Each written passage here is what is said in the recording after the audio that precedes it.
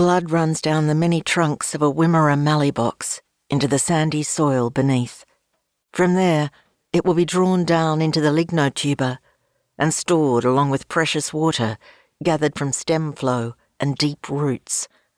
The desert is a guardian of secrets, of stories adapted to drought.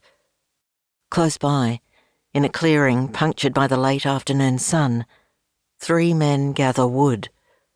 They stack it in lengths, then crossways, strong enough to bear weight. As they work, the air is so oppressive that one raises a hand to his throat to make sure nothing constricts it. A girl watches them, barely hidden by the thin trunks of a white mallee. Arms gripped around her bony knees, she holds her breath to avoid detection, though the howl of the north wind is louder than any human voice. The tallest man strikes a match, and the tinder sparks to life.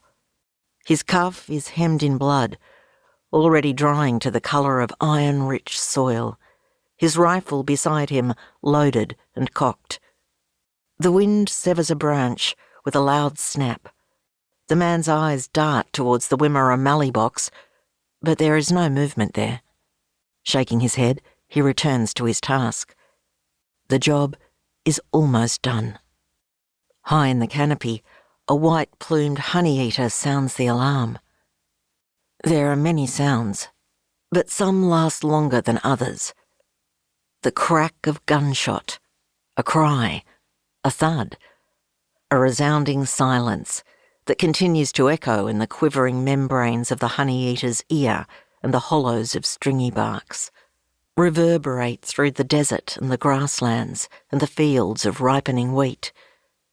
Nothing is forgotten. All is held. The north wind strengthens. It rips at the treetops and distorts the flight paths of birds. The heat of the fire so intense, the man steps back and shields his face with his arm. Beside the Wimmera mallee box lies a woman's body, contorted in the lunging shade, the bullet hole in her neck the size of a thumbnail. There are 2 more bodies, further back, but the tall man will need the help of the others to drag them to the pyre. An arm's length from the woman, flesh flies swarm the nostrils of a western grey kangaroo, and the wound that exposes the white bone of its ribs. The flies have begun to lay their eggs. Soon they will hatch, and the maggots will burrow noisily through the cooling meat until the skin appears once more alive. The kangaroo will be carried back and butchered for the dogs that will pull at their chains.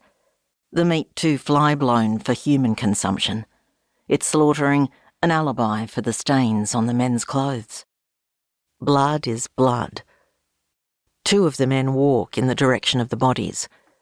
The honey-eater tracks their movement, its call picked up by the north wind and carried deeper into the desert, where the girl presses her cheek against a trunk.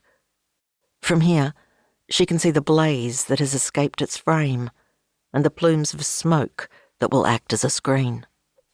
Embers rise up like a swarm of bees and travel across country.